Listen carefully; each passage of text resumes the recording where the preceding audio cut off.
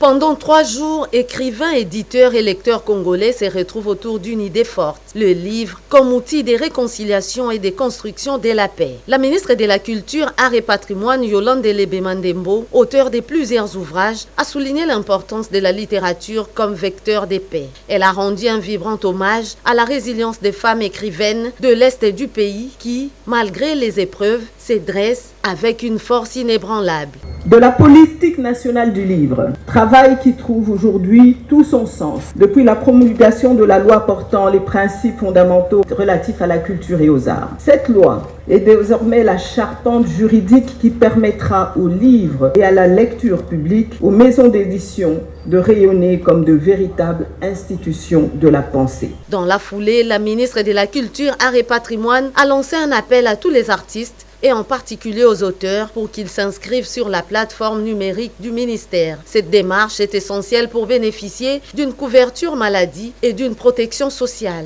Pour préserver et soutenir les patrimoines littéraires congolais, elle a annoncé une avancée majeure, l'élaboration en cours d'une politique nationale du livre. C'est une initiative qui témoigne de la volonté du ministère de poser des fondations solides pour l'avenir de la littérature. Kulumbimbi, en fait, était un recueil de nouvelles qui comprend 2 nouvelles principales. La première nouvelle, c'est le testament du roi Congo Mvemba Ndinga et la seconde, Dans une autre vie. La littérature est l'esprit des nations.